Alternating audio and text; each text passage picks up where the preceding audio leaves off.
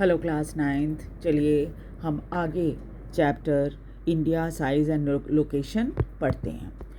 तो India and the world, अब कल तक हमने देखा था भारत के बारे में, भारत की पोजीशन कहाँ पर है। आज हम देखेंगे इंडिया और दुनिया, यानी भारत और दुनिया में क्या स्थिति भारत की है geographically. The Indian landmass has a central location between East and the West Asia. Bharat जो है वो ईस्ट और वेस्ट एशिया के ठीक बीचों बीच में है।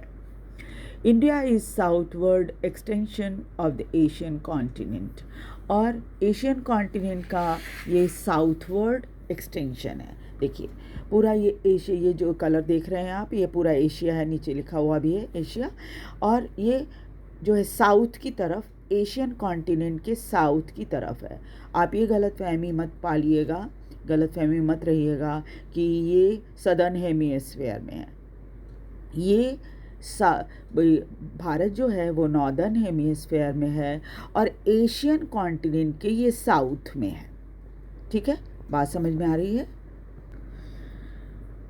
The Trans-Indian Ocean routes which connect the countries of Europe in the west and the countries of East Asia provide a strategic central location to India.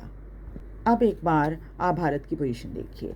Bharat का जो है वो एकदम बिल्कुल सेंट्रल पोजीशन में है, जहाँ से वो इधर अफ्रीका और दूसरे देशों को, यूरोप, इन सब से कनेक्ट होता है, और दूसरी तरफ क्या है, जो ईस्ट के कंट्रीज़ हैं उससे कनेक्ट हो जाता है। बिल्कुल सेंट्रल में है ये, और इस वजह से क्या है, इसकी कनेक्टिविटी यूरोप और अफ्रीका वगैरह से भी है, और साथ ही साथ ईस्ट एशियन कंट्रीज से भी है। इसीलिए भारत की पोजीशन को बहुत ही स्ट्रेटेजिकली सेंट्रल लोकेशन माना जाता है। ठीक है। Note that the Deccan peninsula protrude into the Indian ocean. ये देखिए, ये भारत का मैप है, और यहाँ ये जो पूरा हिस्सा है इसको डेक्कन पेनिनसुला कहा जाता है। ये पूरा हिस्सा ये धीरे धीरे करके क्या है, ये बिल्कुल इंडियन ओशन की तरफ चला जा रहा है। ठीक है, और thus helping India to establish close contact with West Asia, Africa and Europe from the western coast and with the southern coast, East Asia and the eastern coast. अब भारत का ये ईस्टर्न कोस्ट है और ये वेस्टर्न कोस्ट है। समझ में आ गया। अब चलिए हम दोबारा उस वर्ल्ड मैप को देखते हैं तो थोड़ा आपको अंदाज़ा हो जाएगा। जैसा मैंने अभी आपको पहले भी बताया था कि ये भारत का ईस्टर्न कोस्ट है और ये वेस्टर्न कोस्ट है। अब ये ईस्टर्न कोस्ट जो है ये भारत को सभी ईस्ट एशियन कंट्रीज से कांटेक्ट करने में मदद करता है, और दूसरा ये वेस्टर्न कोस्ट जो है, अभी पहले भी मैंने आपको बताया था कि ये अफ्रीका और यूरोप और बाकी दूसरे देशों से जोड़ता है भारत को। ठीक है। No other country has a long coastline on the Indian Ocean as India has, and indeed it is India's eminent position in the Indian Ocean which justify the naming of an ocean after it. और किसी भी देश की इतनी लंबी coast line नहीं है जितनी भारत की है, और इसी वजह से और इंडियन ओशन में भारत की स्थिति ऐसी है कि आप कह सकते हैं कि भारत की स्थिति बहुत एमिनेंट है, बहुत ही डोमिनेंट पोजीशन है इसकी, और शायद यही कारण है कि यहाँ पर ओशन का नाम भी इंडिया के नाम से ही इंडियन ओशन पड़ गया है। India's contact with the world have continued through ages, but her relationship through the land route are much older than her maritime contact. Bharat का कांटेक्ट पूरी दुनिया से तो बहुत पुराने समय से ही रहा है, लेकिन लैंड रूट उस समय ज़्यादा इस्तेमाल हुआ करता था। फिर बाद में पानी के जहाज़ के थ्रू या पानी के थ्रू कांटेक्ट शुरू हुआ। ये देखिए यहाँ जो दे रखा है सिल्क रूट वगैरह का नाम आपने सुना ही होगा। देखिए भारत का कांटेक्ट लैंड रूट से कितनी कितनी दूर तक रहा है। और उसके बाद फिर ये देखिए ये पानी के थ्रू जो जहाज पानी के जहाज होते थे उसके थ्रू फिर क्या हुआ, स्वेज कैनाल बन गया, तो यहाँ से और आसान हो गया यूरोप से कांटेक्ट करना भारत को। ठीक है, तो इस तरह से बहुत पुराने समय से ही भारत का कांटेक्ट जो है दुनिया के दूसरे देशों से रहा है। The various passes across the mountain in the north has provided passage to the ancient traveler, while the ocean restricted such interaction for a long time. और माउंटेन में पासेस जो होती हैं, जो बीच बीच में थोड़े रास्ते होते हैं, उसकी मदद से लोग एक जगह से दूसरी जगह व्यापार करने के लिए जाते थे।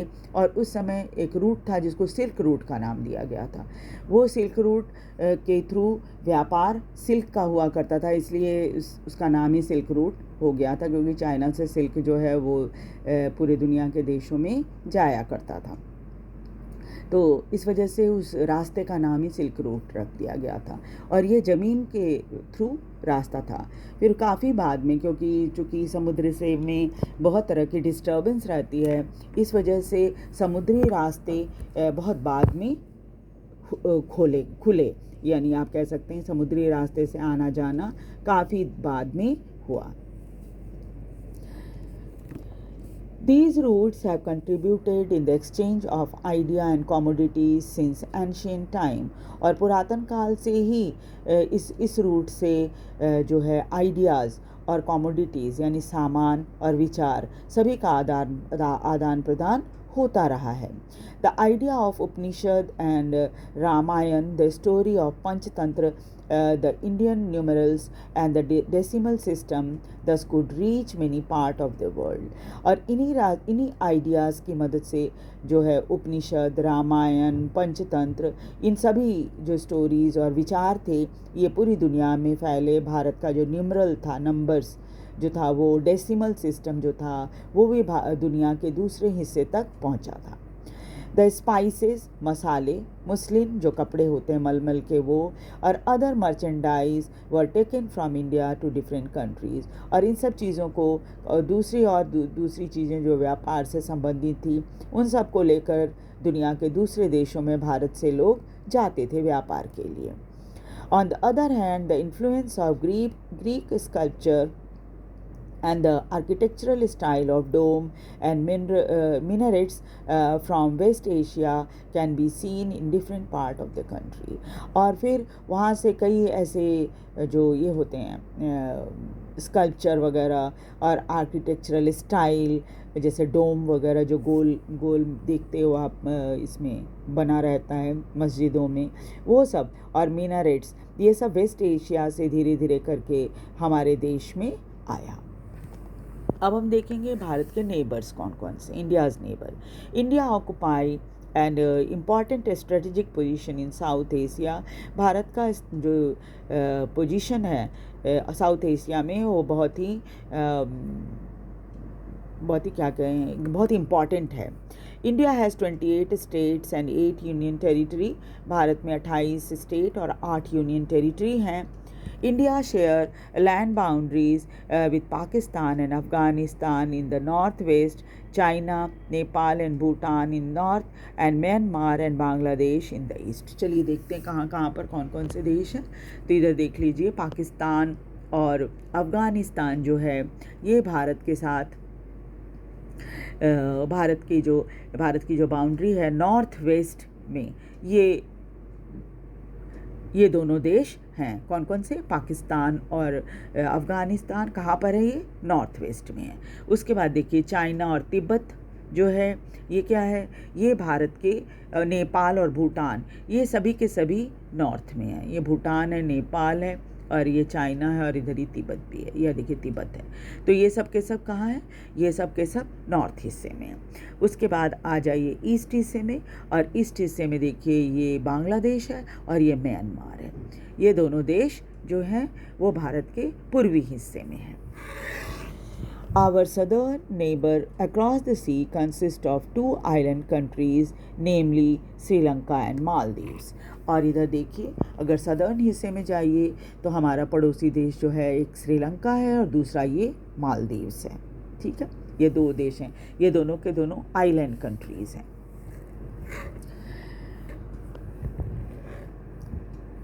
Sri Lanka is separated from India by a narrow channel of the sea formed by the Pak Strait and the Gulf of Mannar, while Maldives are situated to the south of the Lakshadweep island. जो भारत और श्रीलंका के बीच में बहुत पतली सी एक channel है समुद्र में, जिसको पाक स्ट्रेट और गल्फ ऑफ मन्नार भी कहा जाता है, जबकि मालदीव जो है वो लक्षद्वीप से थोड़ा सा साउथ में है, लक्षद्वीप आइलैंड के साउथ में है। India has a strong geographical and historical link with his neighbour. Bharat का बहुत ही ज़बरदस्त संबंध रहा है, भौगोलिक भी और ऐतिहासिक भी, अपने सभी पड़ोसियों से। Look at the physical map of Asia in your atlas and note how India stand apart from rest of Asia. अगर आप एटलस में देखोगे भारत का मैप तो आप पाओगे कि भारत जो है बाकी एशिया से थोड़ा सा अलग है। तो इस तरह से ये चैप्टर तो आपका ख़त्म हो गया है और इसमें बहुत सारी चीज़ें हैं जो कि आपको याद रखने की हैं। इनमें सबसे पहले तो है भारत के जितने पड़ोसी देश हैं वो, और भारत के आसपास ओशंस जो हैं वो, और इसके अलावा भारत में कितने स्टेट्स और यूनियन टेरिटरी हैं, ये सब चीज़ें ध्यान रखनी हैं। और साथ ही साथ भारत की वर्ल्ड मैप में क्या पोजीशन है वो देखनी है। भारत की लंबाई चौड़ाई, ये दोनों चीज़ें, चौड़ाई और लंबाई, ये सब चीज़ें कितनी हैं, इन सब चीज़ों का आपको बहुत ध्यान रखना है और याद भी रखना है। इसके अलावा भारत का स्टैंडर्ड मेरिडियन कहाँ पर है ना, ये सब चीज़ें आपको ध्यान रखनी है। ठीक है, और इसके बहुत सारे MCQ बनेंगे। मैं चैप्टर का MCQ बनाकर जल्दी ही आपके इसमें डाल दूँगी प्लेलिस्ट में, आप देखना और उसे नोट डाउन भी कर लेना। वीडियो को लाइक और सब्सक्राइब ज़रूर कर दीजिए। Thank you very much.